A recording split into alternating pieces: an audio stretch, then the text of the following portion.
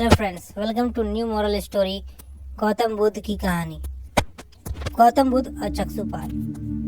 कहानी शुरू करते हैं। एक बार भगवान बुद्ध चेतवन बिहार में रह रहे थे। भिक्षु चक्षुपाल भगवान से मिलने के लिए आए थे।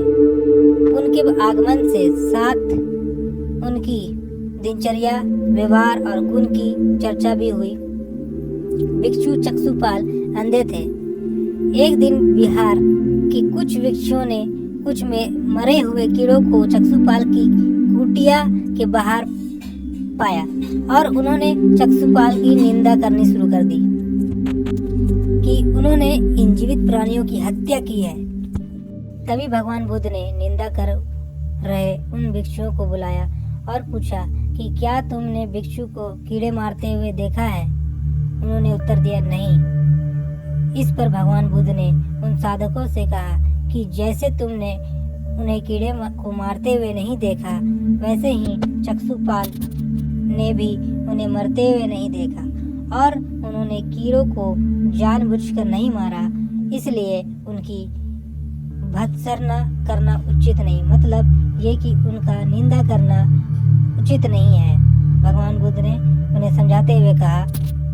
भिक्षुओं ने इसके बाद पूछा कि चक्षुपाल अंधे क्यों हैं? उन्होंने इस जन्म में अथवा पिछले जन्म में क्या पाप किया है? भगवान बुद्ध ने मुस्कुराते हुए उत्तर दिया।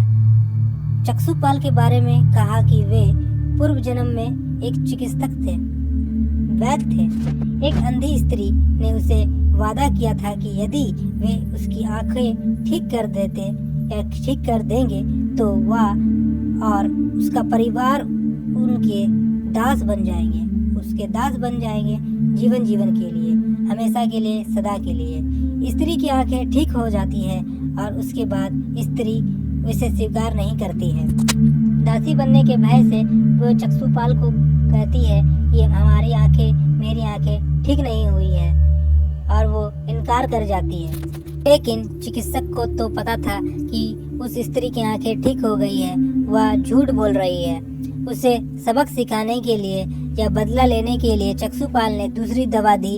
उस दवा से महिला की आंखें फिर से कमजोर हो गई। अब वो फिर से अंधी हो गई। वह कितना ही रोई पीटी, लेकिन चक्षुपाल जरा भी नहीं पसीजा। और इस पाप के फलस्वरूप, क्योंकि उन्होंने दूसरे दवा से उनका आँख फिर से खराब कर दिया था, इसलिए फलस्वरूप पाप हुआ उनको, और उन्हीं पाप का फलस्वरूप मिला अगले जन्म में चिकित्सक को अंधा बनना पड़ा। वे इसी पाप का भुगतान इस जन्म में कर रहे हैं। अर्थात हमें वादा सोच समझ कर करना चाहिए, और एक बार वादा कर दिया तो उसे निभाना चाहिए बड़े ही ईमानदारी से।